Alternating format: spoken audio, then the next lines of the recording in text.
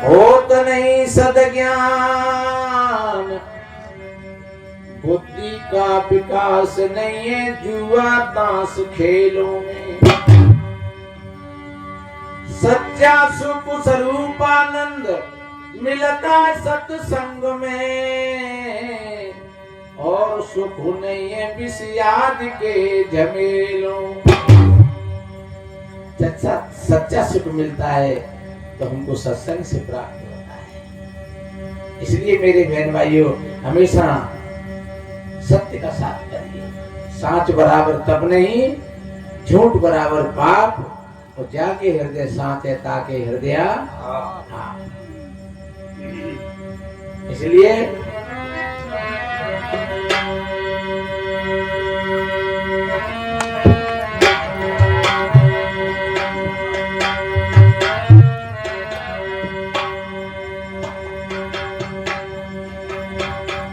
हरि भय रहिए सरेता,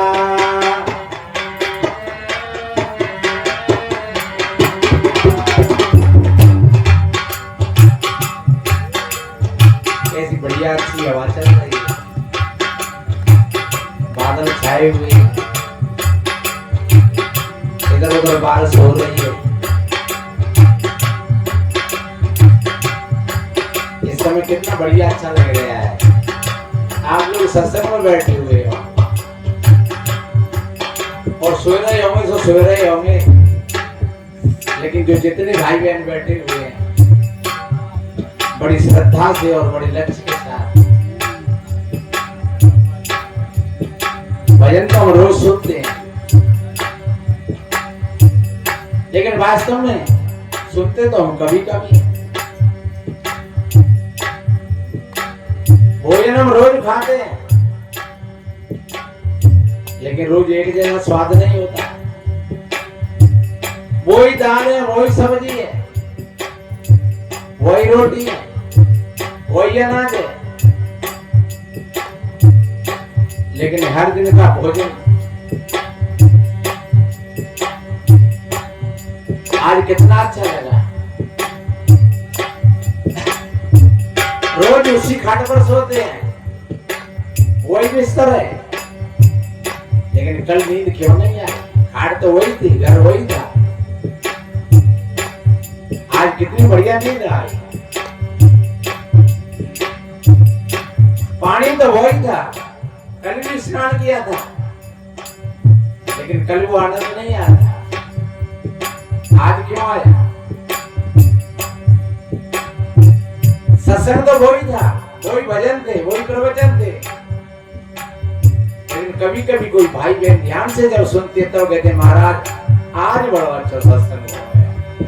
ये बात आज आई है समझ में, सुन तो बहुत दिन आते रहे, लेकिन समझ में तो ये आज आई है। सुनना अलग बात है मेरे भाई बहनों, और समझना अलग बात है। बाबा तुलसीदास जी ने कहा है, सुन समझे जन मुदित मन मज्जै अति अनुराग, और लहै चार फल अचत तन साधु समाज।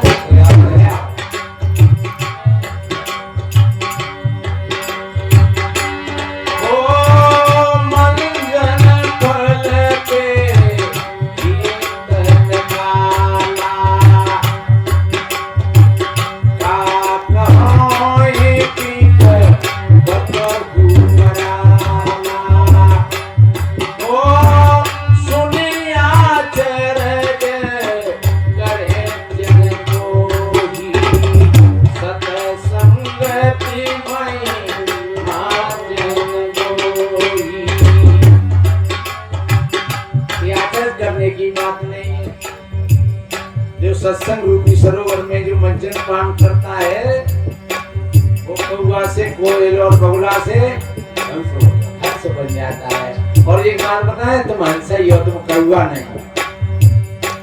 कोई भी जब आदमी भाई बहन जब शरीर पूरा छोड़ कर जाता है तो कहते हैं कि हंस निकलेगो, राम निकलेगो, वो जेना ने कहते हैं कि गैया निकल गई, कि भैंस निकल गई, के बूढ़ो निकलेगो, के बच्चा निकलेगो, के ब्राह्मण निकल गया, के क्षत्रिय निकल गया।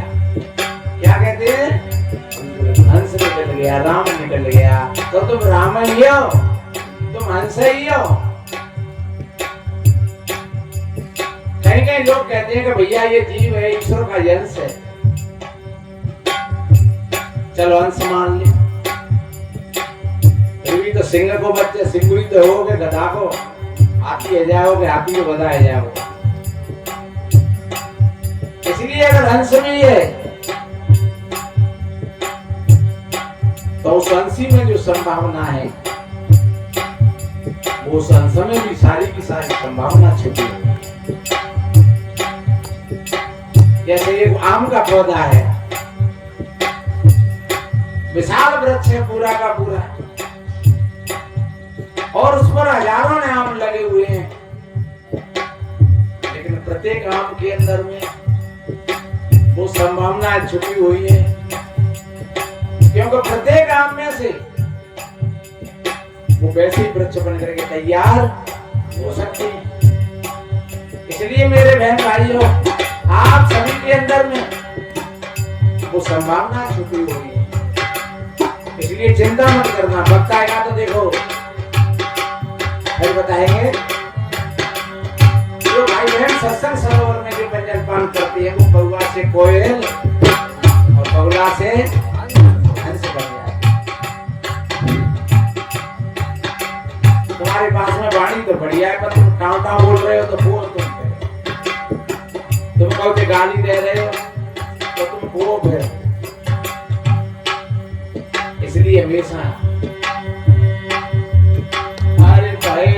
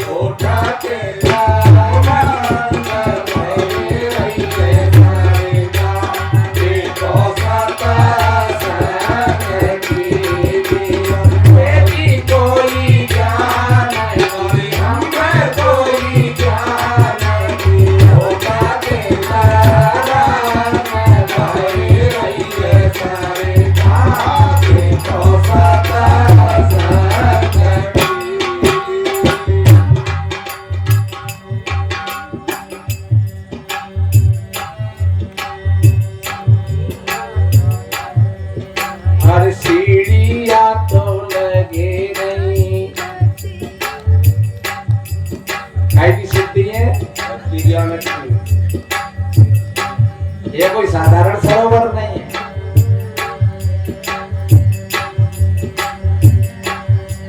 और एक बात बताएं, सरोवर कितना भी बड़ा हो, कितनी भी बड़ी नदी हो, अगर उसमें घाट और सीढ़ी नहीं है तो तुम उसमें स्नान नहीं कर पाओ, उसमें डूब जाओ, खतरा पैदा हो जाएगा। इसलिए उसी जगह को महत्व दिया जाता है यहाँ अच्छे घाट होते हैं और अच्छी सीढ़ियां लगी होती हैं। कितना बढ़िया कहा।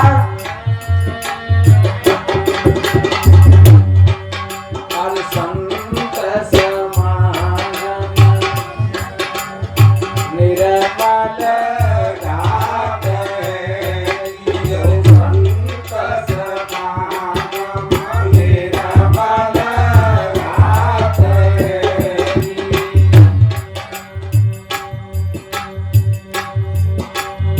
ए जिनावन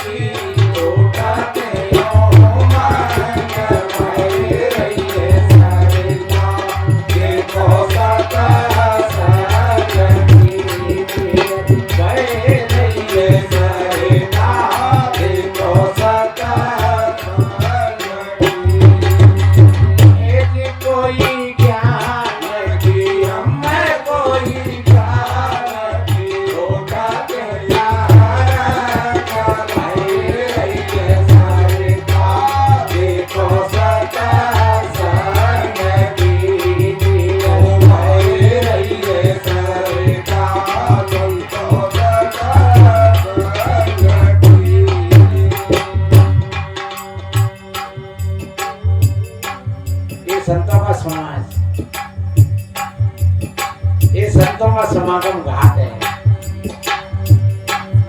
और हर सीढ़िया तो लगे नहीं भक्ति और प्रेम की, हर सीढ़िया तो लगे नहीं भक्ति और प्रेम की, ओ सीढ़िया तो लगे नहीं भक्ति और प्रेम की। ये मन नाय नाय अंबर मन नाय नाय, बड़े आनंद का विषय।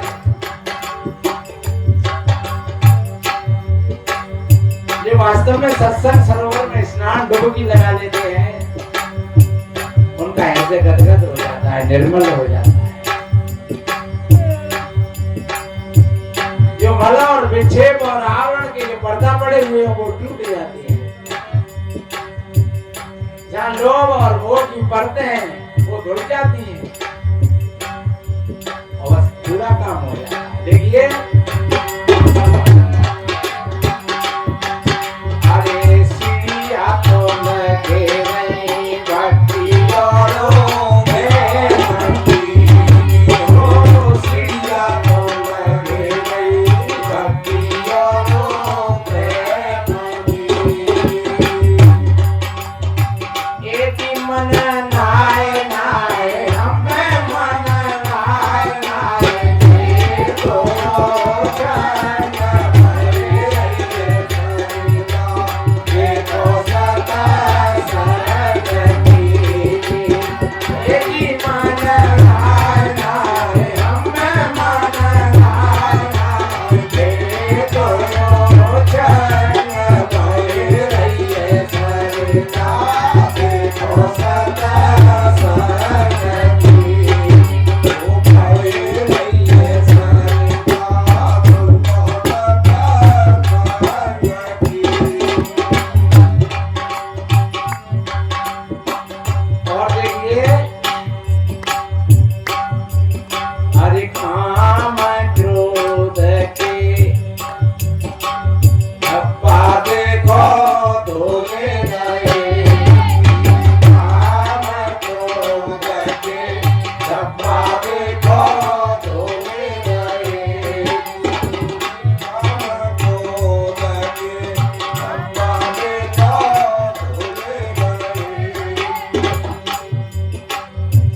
जब बैठे प्रत्येक भाई बहन को अपने मन का निरीक्षण परीक्षण करना चाहिए। आज हमको कितनी बार क्रोध आया है, आज हमने कितनी बार झूठ बोला है, क्या आज हमने किसी को धोखा तो नहीं दिया है? जब ऐसा तुम विचार करोगे तो समझ लो तुम्हारी साधना बढ़ती चली जाएगी, जब पता नहीं आपके हृदय में शांति की स्थापना होगी। इसलिए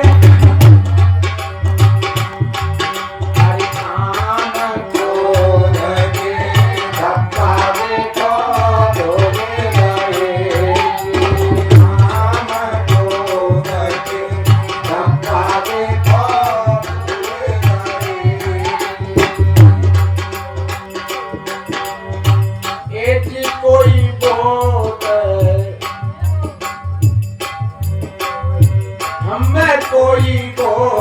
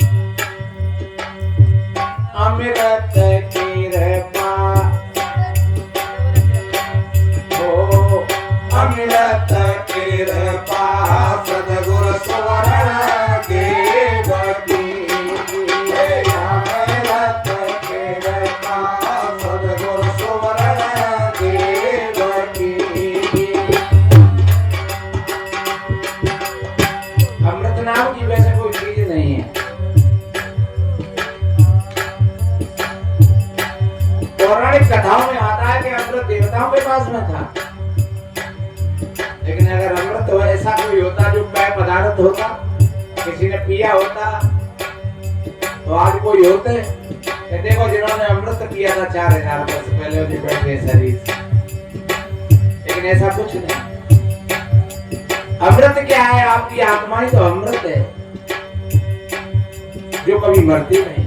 नैनम चेतंती शास्त्राण नैनम द्वाति पावका न चैनम कले जयंती आपो न शोषंती मारता।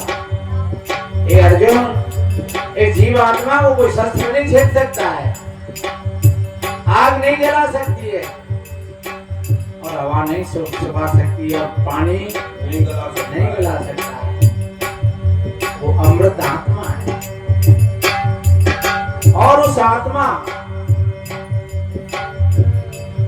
रूपी अमृत सरोवर में से जो वाणी उड़ती है वो अमृत है। आप जब बढ़िया अच्छी निर्णय की और सत्य की और दूसरों के हित की वाणी बोलते हो तो वो वाणी अमृत है।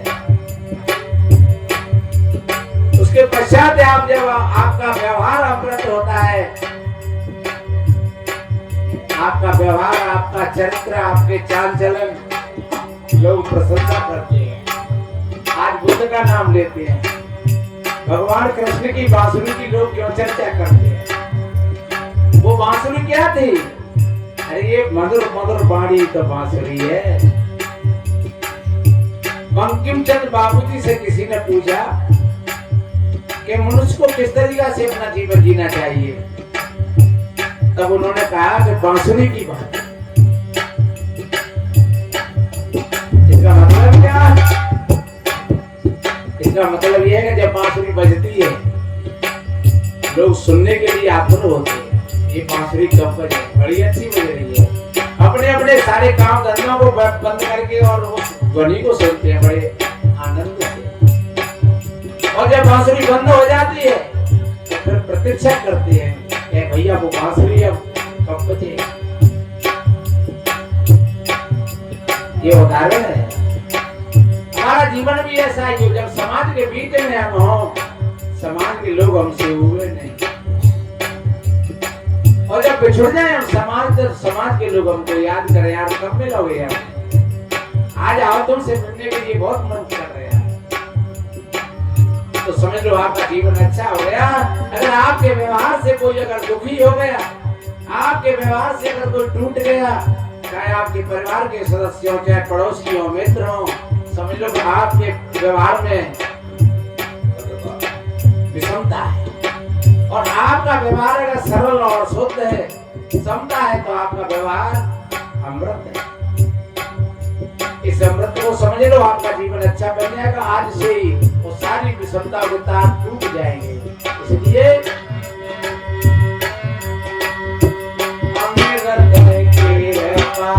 सतगुरु सुवर्ण देव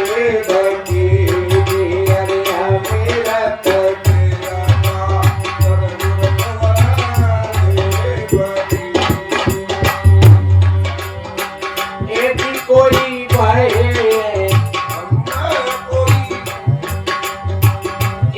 कोई भाई